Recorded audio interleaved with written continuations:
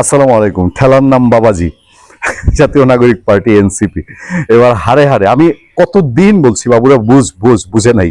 হ্যাঁ, যে ভাই তোমরা একটু বুঝো, তোমরা এখন ইউনুস আছে দেখা তোমরা যাও গোপালগঞ্জে হেরাম দেখাইতে, তারপরে হেরাম দেখাইতে গিয়ে পারে নাই ঠিক মতো, এমন ডলা খাইছে শেষ পর্যন্ত আর্মির দিয়ে গুলি করে মানুষ মেয়েরা আর্মির গাড়িতে উঠে এদের ফিরে আসতে হয়েছে। সেই এনসিপি জাতীয় নাগরিক পার্টি আবার তার সেই পদযাত্রা, সারা দেশে পদযাত্রা। বলছিলাম না ইউনুস গেলে পরে গোপালগঞ্জে তো এপিসি দিয়ে তুলে আনছে, গোপালগঞ্জে আর ছাওয়ার হিম্মত দেখাবে না। এইবার সেই ঘটনাই ঘটছে, আতঙ্কে হোক ডরে হোক মোটামুটি স্বীকারই করছে, ঘুরায় ফিরে ইনায় বিনায় স্বীকার করছে যে গোপালগঞ্জে এর আগে যে জাতাটা খাইছে এই জাতার ঠেলায় এবার আর গোপালগঞ্জ যাওয়ার নাম নেয়নি। এবং প্রথমে নাম নিছে সার্জিস আলম প্রেস কনফারেন্স করে ঘোষণা দিচ্ছে যে সারা দেশের 64 জেলায় তাদের ওই জুলাই নিয়েই কি একটা প্রোগ্রাম হবে, এই জুলাই প্রোগ্রামে তারা গোপালগঞ্জ যাবে। হ্যাঁ, এই গোপালগঞ্জ সহ সারা দেশে 64 জেলায় পদযাত্রা করবে। তার কিছুক্ষণ পরে আবার সংশোধনী দিচ্ছে গোপালগঞ্জ ছাড়া অন্য সারা দেশে তারা পদযাত্রা করবে। এবং এরপর থেকে আলোচনা পত্রপত্রিকা অলরেডি নিউজ হচ্ছে যে গোপালগঞ্জে কেন যাচ্ছে না, এটা সবাই বুঝে, সোজা ডলা খাওয়ার ভয়ে। এখন গেলে তো আর কোনোটাই আস্থা ফিরতে পারবে না, আচ্ছা সে ডলা খাবে। আর এবার তার আর্মি মাঠে নাই যে গোপালগঞ্জের মানুষকে গুলি করে মারবে, তাই না?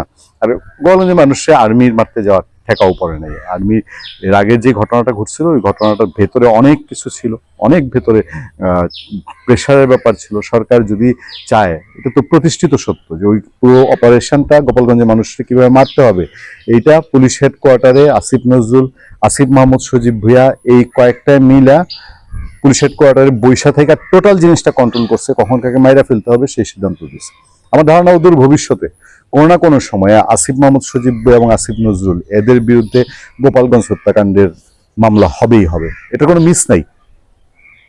একটা পার্টি কতটা দেউলিয়া হইলে পরে, আমি তো বলি যে আমাদের সোশ্যাল মিডিয়া আমরা কন্টেন্ট করার সময় যে পরিমাণ মানুষ কমেন্ট করে, এই এনসিপি যদি কোথাও মিছিল করতে যায় এর 50 ভাগের 1 ভাগ লোকও হবে না।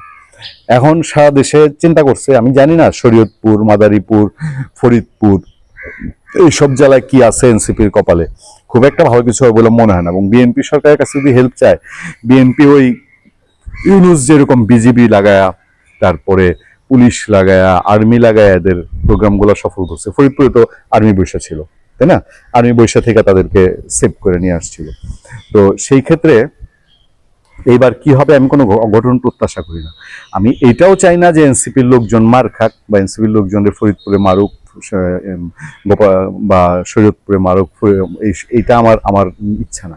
ব্যাপারটা হলো যে একটা দল এমন দেউলিয়া যে দেশে কোনো একটা জেলায় তার প্রোগ্রাম দিতে গেলেও সেই জেলাটা বাদ দিয়ে তাকে চিন্তা করতে হয়। মানে কতটা প্রতিহিংসা। গোপালগঞ্জে যে পরিমাণ আওয়ামী লীগের সমর্থক আছে, তার তো আমার ধারণা 1 লক্ষ ভাগের 1 ভাগ সমর্থক সারা দেশে এই এনসিপি নাই। সেই দলটা আজকে এমন একটা অবস্থা তৈরি করছে এবং তাদেরকে আমরা এর আগে অনেক সাবধান করছি, বলছি যে ভাইরে তোরা যাই করিস এই ইউনুস কিংস পার্টি হয়ে বেশি দিন টিকা যায় না। কিংস পার্টি কিংস হয়ে গেছে, এখন তো আর তাদের বাঁচানোর কেউ নাই, তাই না? আমরা এই পর্যন্ত যে খবর পাইছি, যে খবরগুলা বের হয়েছে পত্রপত্রিকা, তার থেকে একটা চুম্বক অংশ আমি আপনাদেরকে পড়ে শোনাই।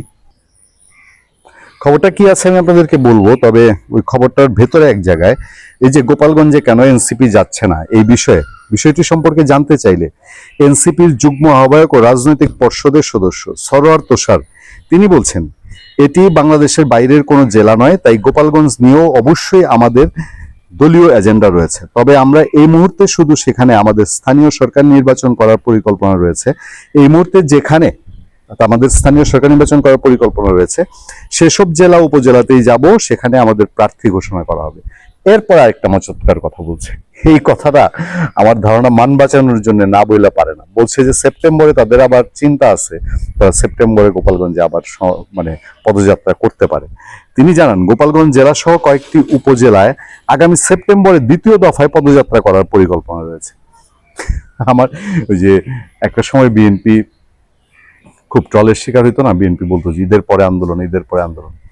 তো এই গোপালগঞ্জে পদযাত্রা করার এই সেপ্টেম্বর আমার ধারণা যে এনসিপি বিলুপ্ত হয়ে যাবে, সেই দিন তো বেশি দূরে না, কিন্তু এই গোপালগঞ্জে পদযাত্রা করার তার স্বাদ খায়েশ কোনোদিন পূর্ণ হবে না।